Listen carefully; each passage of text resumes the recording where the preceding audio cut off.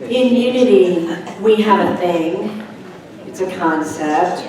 It's actually a pitfall called metaphysical malpractice. And it begins with some, well, it usually or almost always begins with some very kind and well-intentioned words, either from a voice inside our own head or from a friend. And the words usually sound something like, well, what do you have in your consciousness that brought about this outcome?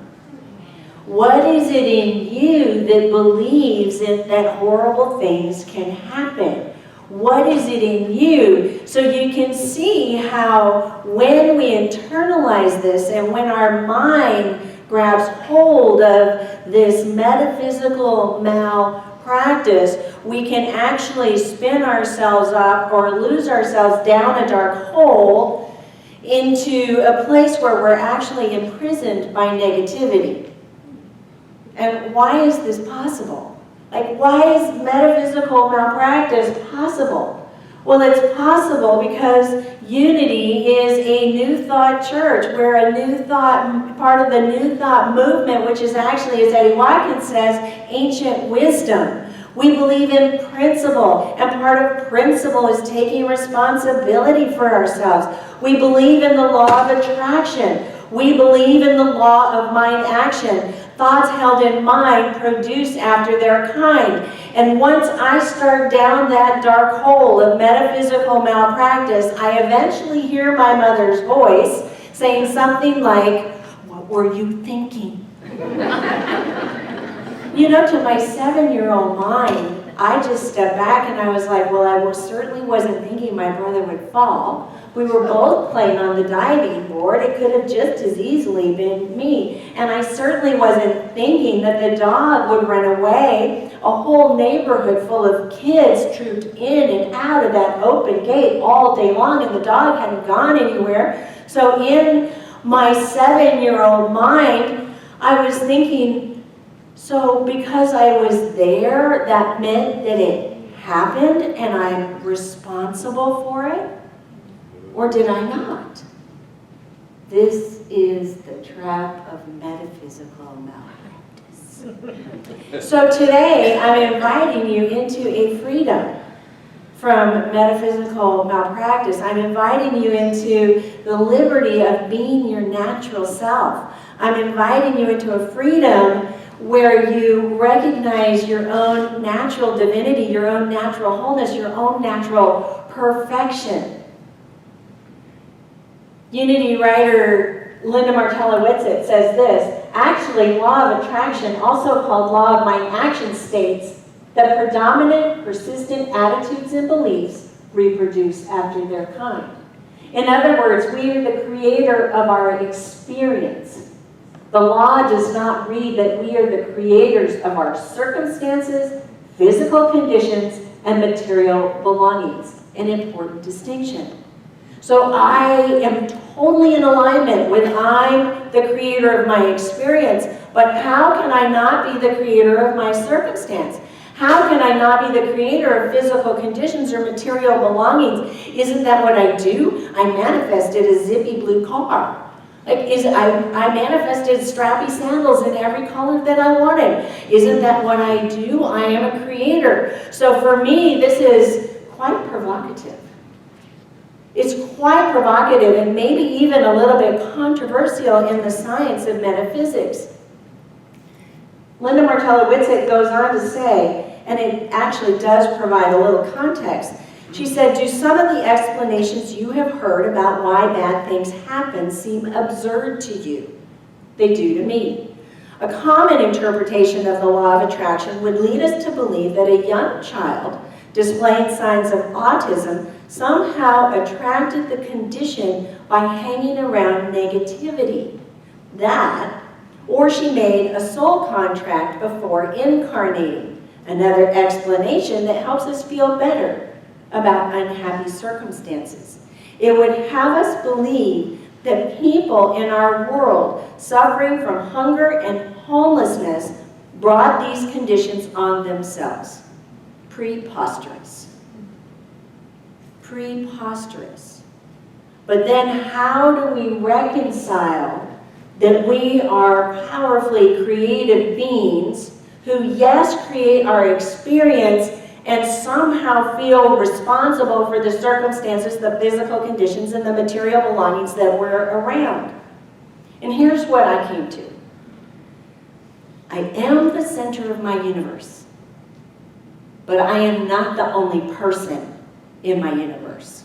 I'm actually part of a collective. And collectively, we create the circumstances, the physical conditions, and the material belongings. Collectively, we call this collective consciousness. Here's a definition of collective consciousness. Collective consciousness are thought currents so strongly held, so deeply believed over time that we consider them to be true. So collective consciousness is actually ancestral. Collective consciousness is when we have an experience and then we recreate the experience and we recreate the experience and we recreate the experience and we recreate the experience as evidence to prove that it's true. And we hold these thoughts collectively. There's positive collective consciousness, there's negative collective consciousness. Here's one example. Bad things always come in threes. See, we know this. It's really kind of benign negative consciousness, but one bad thing will happen, and then another bad thing will happen, and we're waiting. Or we become hyper-vigilant. Like, okay, if it could just happen, then I'll be done with all the bad things that are happening. Right? That's collective consciousness thinking. 2 heads are better than 1. This is positive collective consciousness. Because what we have proved again and again and recreated again and again is the experience of having 2 people come together to collaborate, to create a solution to a problem or come up with a creative idea that far surpasses what we could do by ourselves. It's positive collective consciousness. Time magazine had an article this week, actually it was the cover story about CRISPR-Cas9. It's the latest innovation in genetics. And it talks about in this article how scientists from competing companies are collaborating, and in their collaboration, they're actually creating antidotes to malaria, antidotes to HIV, and antidotes to a variety of cancers because they are collaborating, they're coming up with a better product. This is collective consciousness. But we can be enslaved by collective consciousness. We can be bound by collective consciousness. Collective consciousness, when you think about it, drives our mortality rates, our infant mortality rates, and we believe that in some countries infant mortality rates are higher than in other countries. That's collective consciousness. Collective consciousness drives how many people win the lottery. Collective consciousness drives the severity of the weather. Collective consciousness is all of these circumstances and physical conditions and material things. We drive them individually into a big collective, and that's how they get created. Now, Louise Hay, for many years, has been a torchbearer in leading people into freedom. Leading people into freedom, because this is what happens when we get stuck. Liberty is not dependent on our outer environment with its conditions and people. What you depend on, you become enslaved to. Charles Roth was a longtime Unity minister, so really what he's saying is liberty is when we let go. Liberty is when we take our conscious and intentional belief, our conscious and intentional thought, and funnel it through our feelings to have an experience. That's where our freedom comes from. And Louise Hay has been helping us with this. She has a 3-step process. One, when you look at her book, Heal Your Life, this is right there. She says, identify the physical condition. And there's just about every physical condition listed in her book. Number 2, Look at what the probable cause is. So what's the consciousness that's surrounding it? And number 3, Abraham would say, think a better feeling thought, but she says, think a new thought. Hold a new thought that's higher and better and clearer and truer. So if, for instance, the physical condition was alcoholism, step 2 would be looking at the probable cause. We look inside, well, oh yeah, feeling of futility, guilt, inadequacy, self-rejection. Oh yeah, I kind of resonate with that. And then you say, I'm leaving it all behind. I'm going to step 3. I'm going to think a new thought. I'm living the now. Each moment is new. I choose to see my self-worth. I love and approve of myself. So you see how it works. Maybe some of you resonate with that. Allergies. Lots of people have allergies. This probable cause is, who are you allergic to? Uh-oh. And are you denying your own power in a situation? Step 3 is the new thought is, the world is safe and friendly. I am safe and I am at peace with my life. So of step 1, 2, and 3, where do you think we are most likely to be caught by metaphysical malpractice? All 3. All 3. Say it isn't so. It's so. All 3. In step 1, we can believe the collective consciousness. The collective consciousness is that alcoholism runs in families.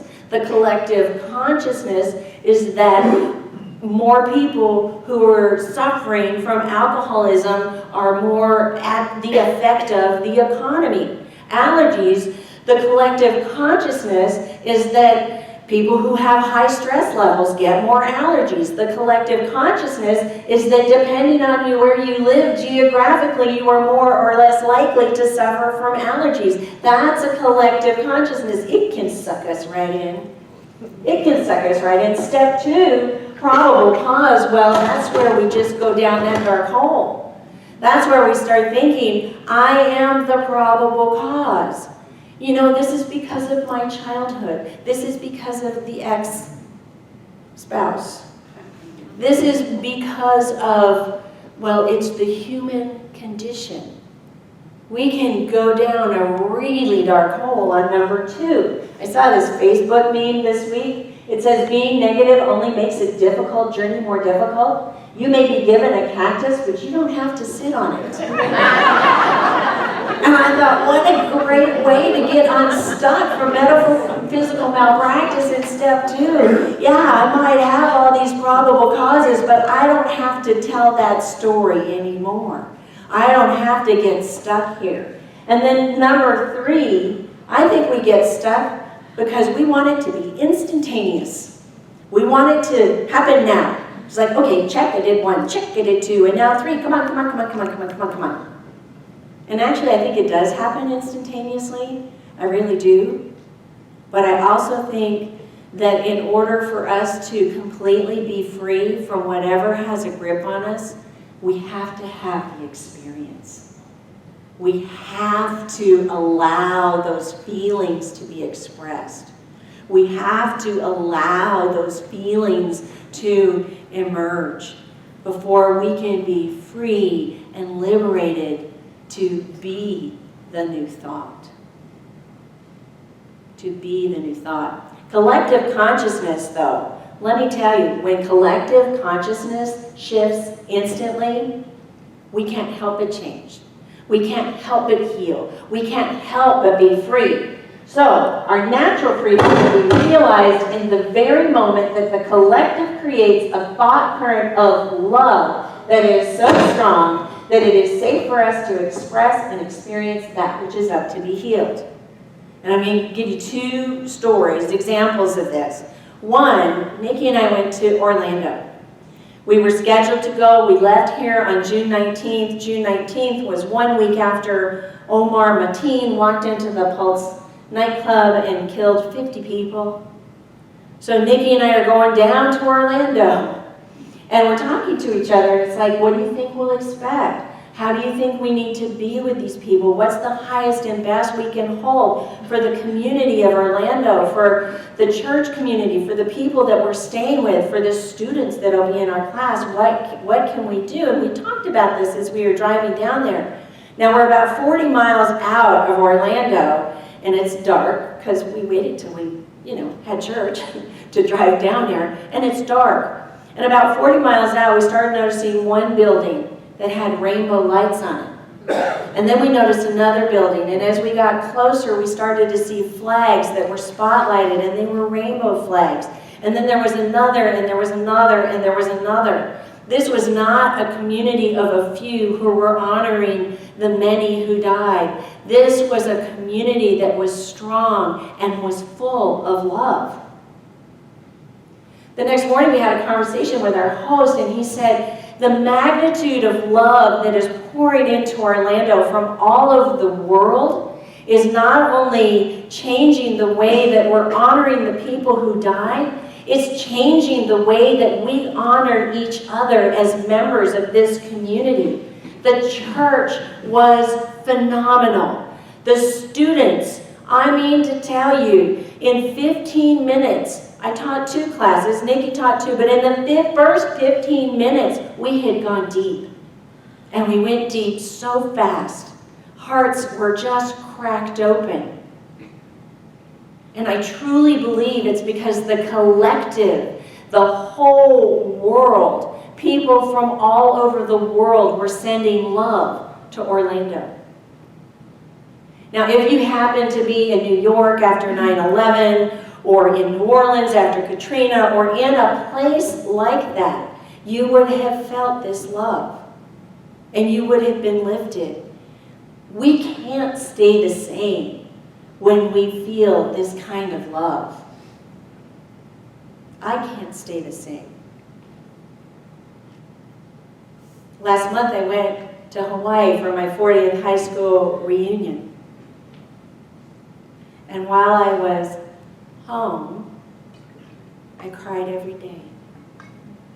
I cried when I went to the beach. I cried when I went to see my dentist. I cried at the Verizon store. Go figure. I cried at the drugstore. I cried when I saw rainbows. And in Hawaii, there are rainbows everywhere. I cried, did I say, when I sang Hawaiian music with my friends. And I couldn't understand why I was crying.